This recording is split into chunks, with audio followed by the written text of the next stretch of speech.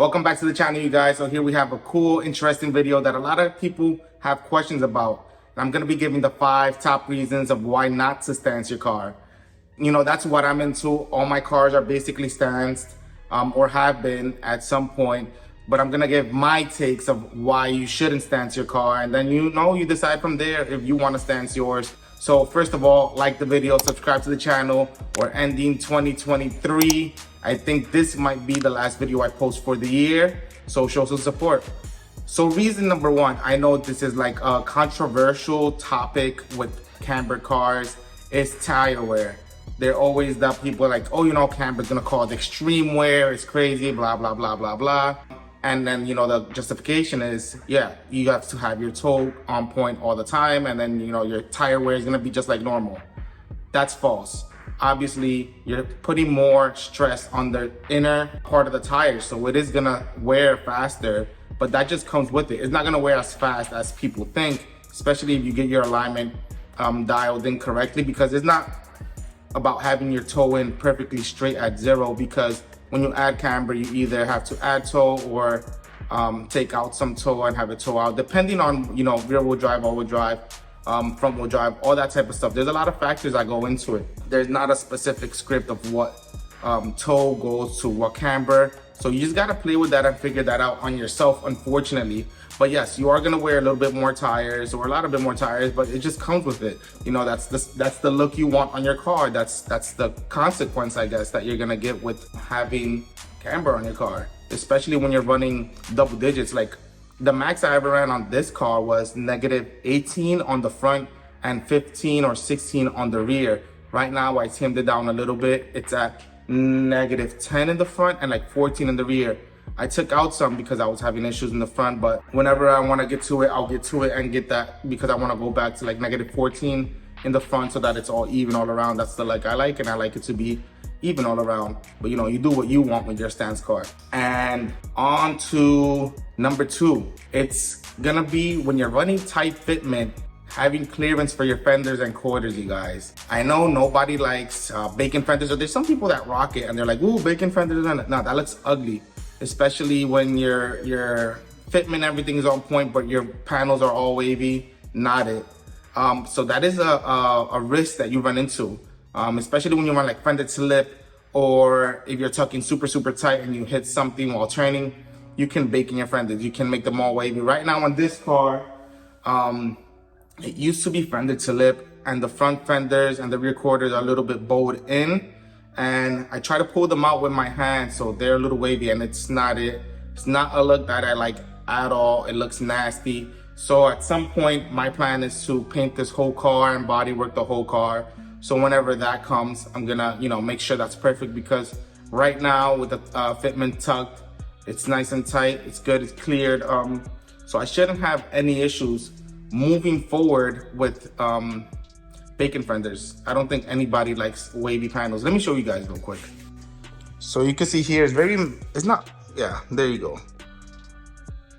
You get it just right. Like, you can't tell that much once you're a couple feet away, but I don't like that look. You can see the wave right here, especially. And then the rears aren't too bad. They're just pushed in very, very minimal. So the rears are doable on both sides. Let me show you the other front, because both of my front fenders got a little messed up when there was fender to lip. You can definitely see it there. And then there was once, I'll show you here, when I aired out too much, when the fitment was super tight, and I got my fender there. But yeah, this whole car at some point is gonna get fully body worked, fully painted, and dialed in perfect. On to number 3 is, you're gonna stance out your car like this. Keep in mind, long distance drives are not gonna be the same. You're gonna have to think about, tire wear, make sure your tire pressures are on point all the time, and not knowing the roads of where you go. Even if I have to drive this car like over an hour, it's like a little bit of now you have to think about what you're driving, where you're driving. You have to pay attention, because you don't want to hit a crazy pothole. You don't want to dive in like on construction roads, mess up some barrels. You don't want to hit reflectors with your barrels. So there's a lot of factors that go into it. The furthest I drove this car when it had a lot of camber was about an hour and a half. And it's not bad, but it's like a mental thing. Like, oh, what if? So got to keep that in mind. It's not like a normal car. You just jump in, go, you know you're good. It's going to be a mental thing. You don't want to debead. You don't want to, there's just a whole bunch of stuff that come into play when you're driving a stance car far. A lot of people that have stance cars, when they even are going to far trips, they put like stocks on or their wheels on, drive, you know, wherever they got to drive, adjust their fitment over there and then put their wheels back. I don't know. That sounds like a lot of work. I'd rather just not go or drive it as is. I feel like if I was to take this car to somewhere far, I'd just drive it as is and deal with it there. And on to number 4. A lot of things that people don't keep in mind is when you're running a lot of camber, and depending on your setup, if you have camber through a lower, stuff like that, that's when this really comes into effect. Is like something as simple as cracking a barrel. You hit something wrong on the road, a reflector, a dip, any uneven surfaces, some rocks, you can crack a barrel. And if you crack a barrel, sometimes you don't notice right away, and sometimes it's like catastrophic. But you're either gonna leak and you're gonna debead, and debeading on a stance car is so annoying because you can't drive anywhere. It's not like when I just caught a flat on the Type R, I just drove with the tire normal because, you know, the tire still stays with enough tire to hold the wheel and not touch the floor. When you debead in a car like this, the wheel is on the floor. It's metal touching the floor. If you drive far or drive anywhere, you're gonna crack something, you're gonna break a barrel, you're gonna bend it, you're gonna have to replace a barrel.